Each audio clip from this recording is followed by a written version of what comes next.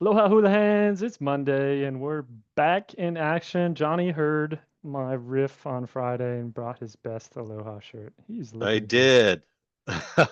Look at you go. So you can find these at Native Intelligence. It's my friend the Molotow's store, right in the heart of Wailuku. Really an incredible store.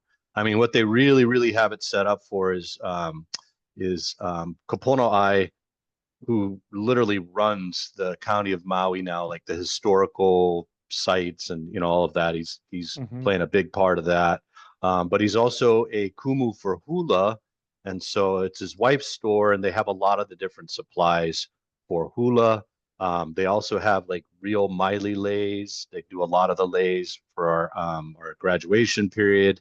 So just really cool Native Hawaiian stuff in there. And then Ari South is the designer that did this series of Aloha shirts here. I guess Ari had a presence on it was a TV show. Hmm. Maybe America's something designer or something like that was one of those. But an important designer here in Hawaii, I guess it's a trans person, so that's important these days as well. So Hmm. anyway, check them out. Ari South. Native intelligence. It's a cool I like store. It it. really is. Yeah. Way cool.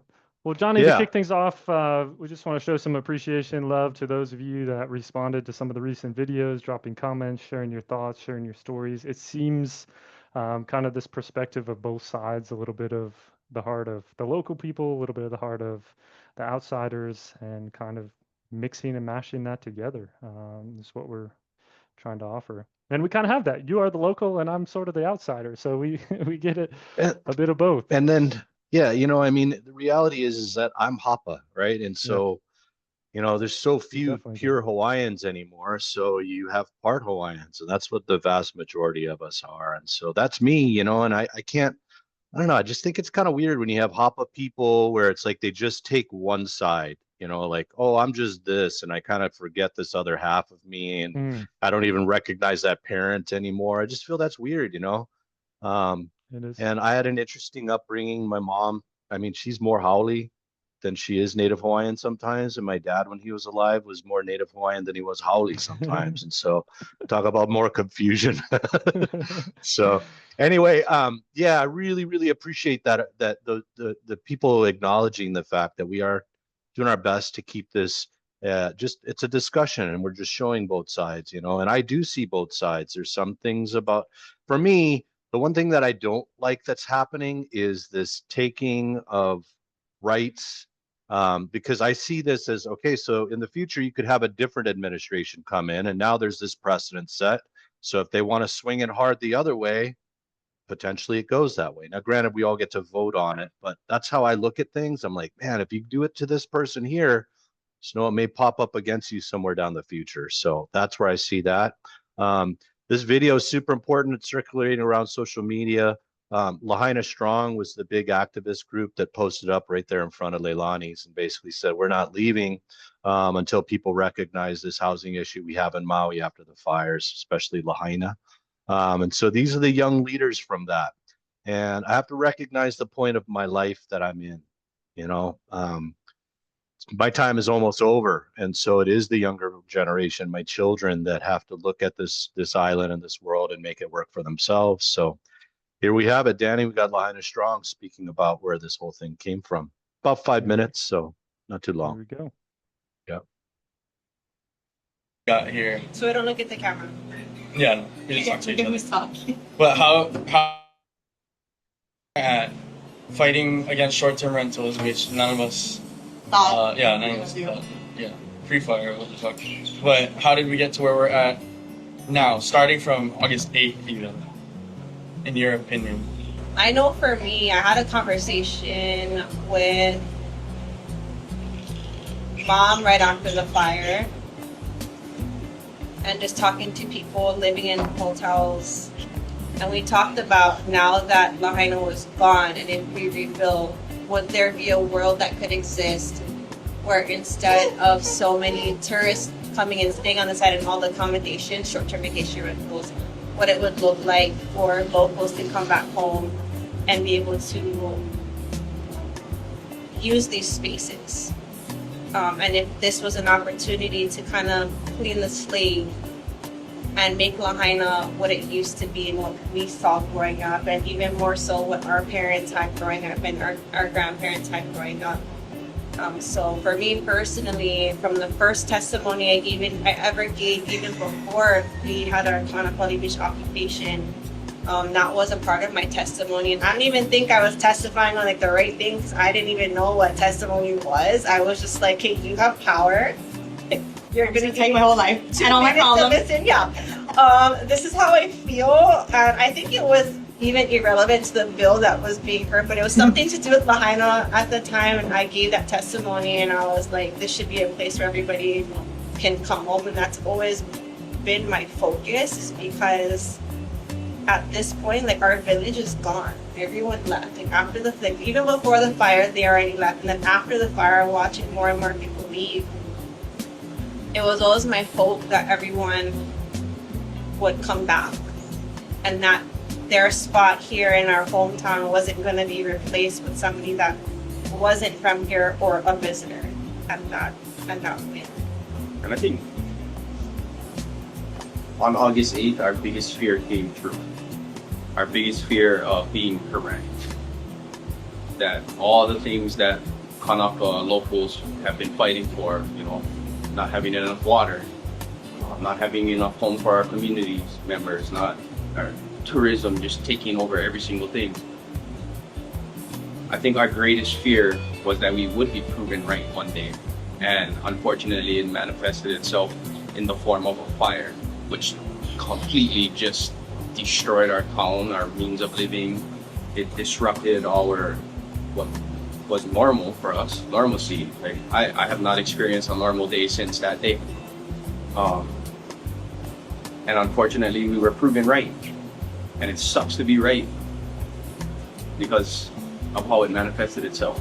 That's kind of how we came together and decided as this next generation that we would be moving forward, because we were right already. Yeah, we were right. Maybe not technically us, but the people that we love and we were around all the time, Kai, Keaumoku, Kapali, Kaiko, all of our heavy-hitting community members, they were right. Our kupuna were right. I wholeheartedly believe that everything that we do now as Lahaina Strong is also right, because we're seeing the effects and the positive effects that's having on every single person in and around us. Yeah. So, Lahaina Strong, born literally of the fire, and we've learned to become comfortable in that environment of disarray, of constant struggle, Chaos. I think we were comfortable with that way before the fire. Yeah. Yeah. I think before the fire too, though, we were all in this like normalcy of day-to-day rat race of knowing deep down that it wasn't supposed to be like this, and it shouldn't have gotten to this point to begin with, but somehow it did, and we were in this like cycle. And after the fire, it really like highlighted, you couldn't ignore it anymore. You couldn't ignore the fact that most of our housing still standing was short-term rentals. You couldn't ignore it because that's all we had left. And so it kind of had everybody in the community take this like massive, oh my gosh, this is real, this is huge, and it ignited everybody. Like, we created our own sense of normalcy in this fight because it's like we can't look past it anymore. I think when that statistic came out of like, I think it was like 73% north of Lahaina were short-term rentals, and that was like, we lost Lahaina. 87. So 87%. I think that we like definitely solidified it for us. Like, okay, so what we have left, aside from wine homes and Umber Lahaina Luna, what we have left is 87% short-term rentals. So how is that going to sustain us? You know, how does that make sure that our people can stay here? So I think that was like, I think that was when it solidified it for me, like something needs to be done, and now's the time.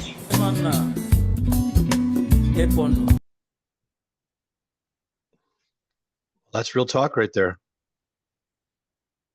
Real talk from the hearts of the people that are experiencing it and going to experience it down the road, right?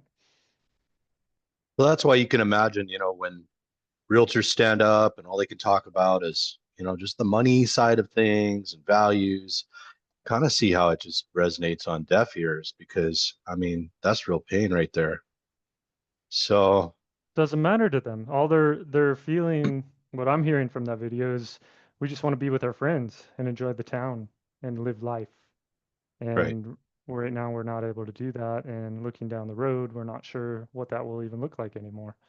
Kind of a throwback to the community vibes of bringing people together and walking the town and that sort of thing. So yeah, they don't care so much about investments and future and money and all of those sorts of things. It's a lot more of just, hey, we want our friends to be here with us.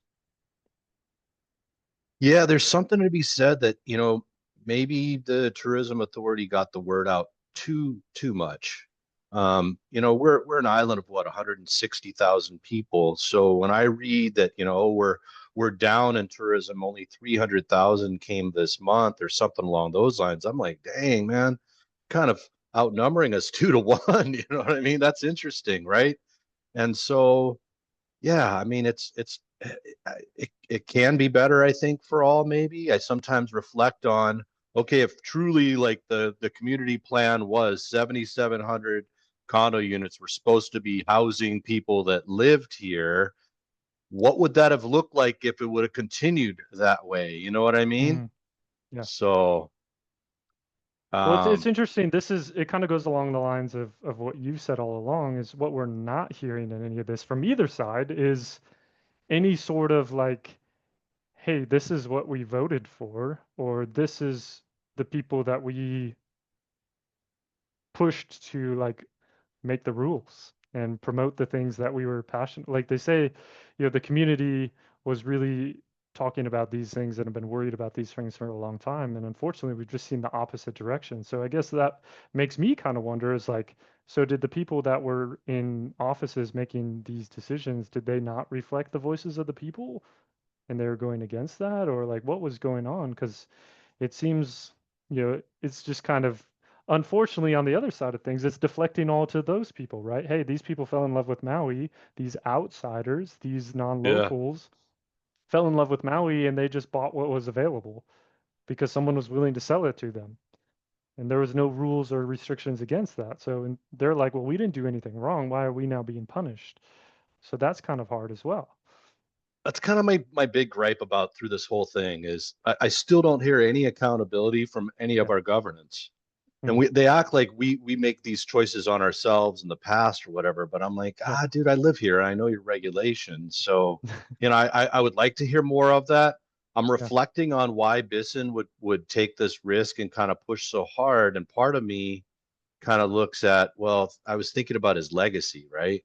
Hmm. So one legacy could have been, oh yeah, you were the mayor when the fire when Lahaina burned down, or your legacy could be, oh, you're the guy that stood up and try to make a change for the local people. For housing. Um, yeah, and whether that was intentional or what, I don't know. But I'm trying to look at these things from all the different It's lenses. a narrative changer Um, for sure, right?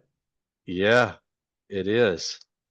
Um, so yeah, just wanted to share that because I think it's important for us all to understand. And that's why, like, when you don't have much and you live amongst those that have so much and you watch it does make it difficult. Hmm. And you can kind of see where feelings are like, well, now you're the problem, so I don't have any aloha for you anymore. And that's the sad part for me, right? Is Hmm. what made people fall in love with Maui is the people that came at certain times, I feel, really got to enjoy a different Maui, where it was just so genuinely full of aloha. You see, like, my wife works with dudes that have been working in hotels for like 40 years, Hmm. since their high school, and like everybody knows them when they come back to the resort, and you know what I mean, you become kind of this celebrity, and that is part of the Maui that's changing a little bit too, Hmm. so yeah, man. I think that feels like it's changing a bit in the younger generation as well. Whereas you do see, if you go through the reviews on Google, right, it's like, this brother was our server for the last 20 years, and we look forward to seeing him. But now I'm not sure if they have those relationships with some of the younger generation who are working in the hotels or transplants or people that are not from that have come into some of these jobs. It's a different feel. Can be, that's for sure, man. So I get that, you know, people they want to give people that want to come back the opportunity is what I hear as well. Mm. You know, I've read What do you think stories that looks about, like? What do you think that looks like in reality, right? Because it's like, okay, so there's lots for sale in Lahaina right now. Nobody's buying them. yeah, There's condos for sale in Lahaina. No one's buying them. So like, I mean, what do you think it looks like to create opportunity? Do you think it's more like leasehold land kind of vibe to where it's available for only people who were born here kind of thing, or I think if I'm looking at like what their intention is, I mean, they want to bring this market down. hmm, That's what brings them back, is the ability to come back with something lower that's prices? quote and unquote affordable. You know, I've Hmm, been skewed, dude. Like I look at stuff where I'm like, oh, it's 200, $400,000. That's cheap for Maui. And yeah. and then you look at what that's going to be on a mortgage, right? I mean, you're looking at with condo fees, you're 4 or 5 grand deep a month, and Mhm. we got a lot of hospitality gigs that pay at $30 an hour. So I mean, yeah, it's all interesting because I mean, you don't get paid that much on the mainland for similar jobs, in some ways, and the housing is creeping up there it as can be well just in as price in much. a lot of places. Though you do get more house, typically. Like I have a lot of friends that left the island that are now living in the East Coast in 4,000 square foot houses that they paid 250 for in South Carolina, North Carolina. I mean, I think that's probably hard to come back from as well. Like, how do you uproot and leave that and now go into something small? Well, That'd be that's where interesting. typically like people that really move away from Hawaii, they'll typically do it for a period of time to where they can scratch. And then Yeah. the intention is always, well, I come back when I retire, I stay at the family house or something that I Mm, rented. So I do see a bit of that going on. One thing that I do see though is, people that have moved away, they still love Hawaii, but they also do love what they're able to experience in the mainland as well, right? There's more opportunity. What you give up is this small town sense of community, all the beauty that goes along with it. Quite frankly, a little bit of a different type of stress in your life. You know yeah. what I mean? And so that's a trade-off right there. Is Yeah. when you're young, I moved away. I mean, I moved away always for opportunity, wanted more for my family, just kind of felt that accountability. But also, I mean, I needed to get out of environments for bad choices that I was making as well. I really didn't see myself coming back until what I was doing in Arizona transitioned as well. And when you're making changes, that's typically when you can just say, well, I'll make a big change here. For Mm, me, I was in the REO game selling bank owned homes. Thankfully, that was, we got rid of the inventory, market started coming back. And I really didn't know how I was going to transition into regular real estate there in Arizona, quite frankly, from what I was doing. So, anyway, let's jump on the Hulahan, dude. Let's give them the list of what's going on, but we just wanted to bring That's that it. little discussion with you and give you, it's a continued conversation. I agree. Ooh, we go. Bro, Okay, action. so Look at prices going yeah, down. that's 1.8 down to that's 1.3.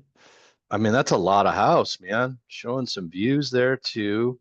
Hit the history real quick because it's in good shape. I just wonder if it was one of those where it fell out of escrow and then now it's so there it was. So back in 627 when it was at 1.5, it fell out. And sadly, in markets like this, it's very common. I've been reading where nationwide you have deals falling apart. And the unfortunate thing about that is it just always leads to what's wrong with that house. And you Yep. typically always have to throw it with some form of reduction just to kind of generate the interest again. I mean, there's a lot going for this. That to me seems like a steal at 1.3 million, dude. And that looks like some kind of a Ohana situation there, if I had to guess. Definitely in Ohana. And yeah, with those types of square footages, man, you got to imagine two separate living. So definitely that multi-generational If there's nothing wrong with style. this thing, like there's no structural issues, that's a deal of the week, Johnny, It's pretty darn good, man. It really is. for all that Classic outdoor little, I'll space. just keep building on this thing as I live there situation. Yeah, I mean they do. Yeah, They change the vibe. I think before we've had this on the Houlihan where they just show this picture at the beginning and a few others like it. So I think yep. some people may be turned off by the curb appeal of it. Mm-hmm. But it feels like a different house when you just look at the inside and the It view does. of It's that. showing you, well, this is the And the lifestyle in it, you opportunity. know? 3,300 square feet for It's a 1.3. lot of house. Did some updates in 2021. Got a It's renter good in stuff. there. All right. That's what we're seeing. Here we go. Nahaleo McKenna. So yeah, guys, this is McKenna. This has always been residential only. As you can imagine, certain buildings bring more money with the better views, but this is McKenna. I mean, I remember that there was a house that was listed just a few doors down from this. It's across the street from the ocean, not a great ocean view. I want to say it was still 6 milli, something along in there. Right around the corner here, you have that McKenna Landing, which is a cool little beach. Yeah, we've helped people in here. McKenna living. McKenna means abundance. So here we go, dude. This guy's showing the behavior 3 months in. I want 600. Okay, I'll take 5. It's a great view, man. I mean, that's Front definitely row. the units. Yeah. Sometimes you can make a little gate out of your fence and just go right across the street through that little dog park and Sugar Beach. Show them where that parking lot is. You got Sugar Beach Bake Shop, dangerously close there, and Ululani Shave Ice. Yeah, you do not All want about to the walk shaved over ice, man. there. You do not want to walk over there. Stay away. Good But unit. these, That's Johnny, these were pushing 7 I in the know. heart. This would have been a trophy back in the COVID Yeah, days just because of that view and the close view and the location. proximity. Yep, absolutely. Absolutely. 499. Local people really don't care about views, you know? They don't. So, Same over here, yeah, man. Views don't yeah, matter, but outsiders, it's all about that view. this Kaikili Highway, 1,349,000. Cute. Local style house, way out there. So kind of past, I mean, this is on your way to Maluhia Country Ranches, I would say. Huh? I mean, still Yeah. not that close to it, but anyway, you're past kind of in Hawaiian Homes area. There it is. Broke down into 3 structures. Hmm. Seems like an Classic. opportunity on a half acre. I mean, condos are coming back down to earth, dude. 320, 1 bedroom, 1 bath, 540 pays your fees. Property taxes on something like this with the homestead exemption, not going to be very much as well. Everybody Not a pumps bad up with looking that condo. 10 grand seller credit strategy. This is like old school. I was like, oh, I'm gonna price it wherever I want, but I'll throw you 10K with a full price That's offer, and that'll get you to bite. yep. I never get it. It's just like them sending us the emails, Johnny, of like, hey, we'll give you a little bit more commission if you close this one for us. And you're like, That's right. is that Yeah. really the motivation to get Right. us to somehow talk our clients into a particular property because it's more money for us? That seems kind of weird. It definitely does. It doesn't motivate me anymore to show them something. Like, I want to show you what you want, not what makes me more Well, money. I mean, usually it tells me what your strategy is, and that's, hey, I want my price, so can you go convince them for me, and I'll pay you a lot for exactly. That's what it tells you. What it really tells you, gang, is that, it. hey, we're kind of stuck on our price, and this is how we're justifying our price is by tantalizing people with little bits of money. Another interesting one in Kihei, Johnny. Yep, that one's been hanging around for a little bit. Some Ohana action. Um, Similar vibe to yeah, the other one. it Nice does. It's a backyard. great backyard there. Looks like if you could drop an Ohana back there, but I'm gonna say based off of the shape of that house, it has been Ohana'd. And there's no Hanas and Hanas. 3 bedroom, 1 bath main house. And There's then you something going got, on there, but yep. nice looking. I mean, if you compare now this one to the one we just looked at earlier, Johnny, now, I mean, that one really feels like a deal with I'm almost telling double you, square footage for the same absolutely. price. Absolutely. Sometimes Very one nice. house helps sell another. And that's it. But that yard's nice, really nice. Yep. Here we go, Pulelehua Street. So this is Kapalua. This is Pineapple Hill. So Pineapple Hill, consider part of that group of convenient Kapalua. They're on smaller lots, so not on the acreage that as we started getting into the plantation estates, Mahana estates. That's a big boy though, man. Some of them can be quite large. They build some in the 7,000 plus range. But Very yeah, desirable neighborhood. Yeah, Johnny. it really is. I mean, the views are Nice price incredible. point. Like I said, it's convenient, it's gated, and it's Kapalua. There you have it. Pineapple Hill. Here we go, Mac Daddy, man. Put one in escrow, so coming out with another one. Trophy unit here at the Montage. That is your view of Kapalua Bay. So views, as you can imagine, play a lot into the pricing. Yeah, $8,000 a month for your maintenance fees. What's interesting about the Montage, man, my buddy was on a trip to Bali, and when he came back, he got the axe, dude. They shaved off, I don't know, I heard 60% of their staff got axed. Wow. Just not getting, the amount of action that they did. These rooms here, as you can imagine, when you look at this, you can rent this out for nightly. They bring a lot of money. I mean, a lot of money. Some of the highest room Rightfully so. prices you'll pay. Yep. That was a All massive right. condo. Yeah, man. All right. Kihei Bay Vista. So hotel zone, still kind of trying to price. These are not hotel zone, Johnny. Apartment I zone. mean, apartment zone. I mean, Yep. apartment zone. So yeah, I don't know, man. I think these need to be in the, oh, so wait a minute. Got a loft. The lofts are interesting, gang. They It's don't put interesting. them, Yep. yeah. So they don't count them in the square footage a lot of the times. They're supposed to be strictly for storage, but as you can imagine, they do make nice bedrooms as well. There it There you is. go. So a little That's it. little Little desk and a setup sofa there. sleeper, TV. Yeah. So you can have a second guess. The 605 feels a bit aspirational though, considering where these are Still, going. still does. Yeah. But we shall see. So Ali'i Ali'i Kai. Kai, this one's hotel zoned. There it is. Perceived market, I'm going to claim here. I mean, coming in the sevens, I think this is where we end up. Market's still soft for everything though, Mm-hmm. Yep. And there you go. Required plumbing and pipe replacement assessment completed. Common theme. All done. Lots of piping. Hmm. Kapalua Ridge, Danny. So just went and scoped one that we're going to have hit the market here.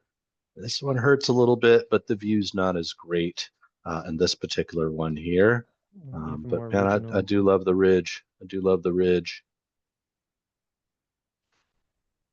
Whew. Yeah. Very original bathroom. Yes. Here's another montage. How the view changes the pricing there, guys. Still a great view. Still the same maintenance fee. Just not looking over there at Kapalua Bay. So, yeah. Not direct on. Sit it back a little bit. There it is. Kenani Kaya Molokai. Even Molokai's getting a bunch of inventory hitting because of the chaos in the Minatoya.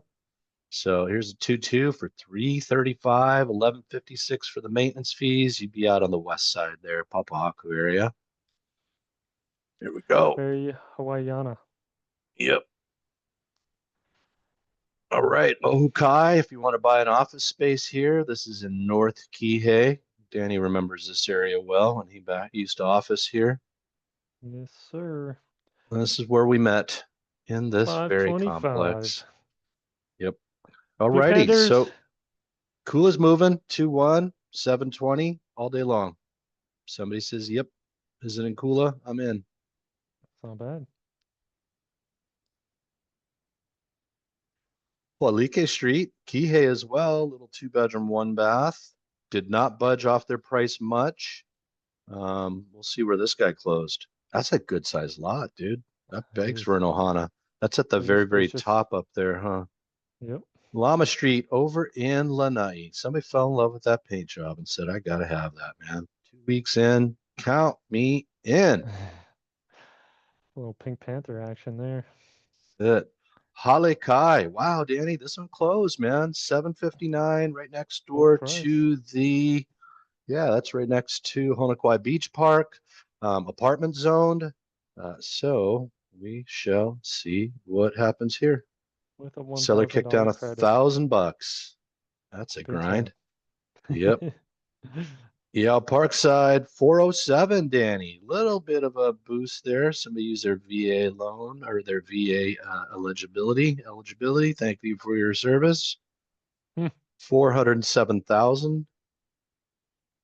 And There then a she go. $12,000 credit at closing, which is interesting. Pu'uholai Street brought $1,525,000 cash. Okie dokie. And last but not least, We got Anamuli Street in the Traditions, little off market sale. That's actually on a good sized lot for the Traditions, dude. yeah, it's a good price too. Yep. Someone got a deal. I remember So stressing there. about selling ours, man, and now we got our pastor in there. Ahui ho, gang. Hui ho. Mahalo. We'll see you on Wednesday.